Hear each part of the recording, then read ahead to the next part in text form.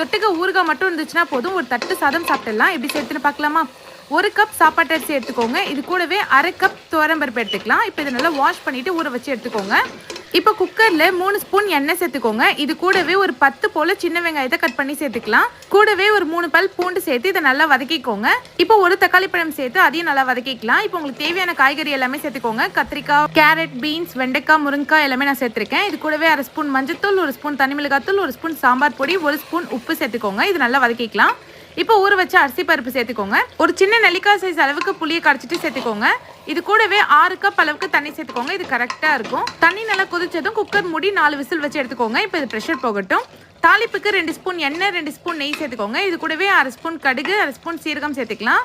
ஒரு 5 போல சின்ன வெங்காயத்தை கட் பண்ணி சேர்த்துக்கோங்க. ஒரு கொத்து கருவேப்பிலை, ஒரு 4 காஞ்ச மிளகாய் சேர்த்துக்கோங்க.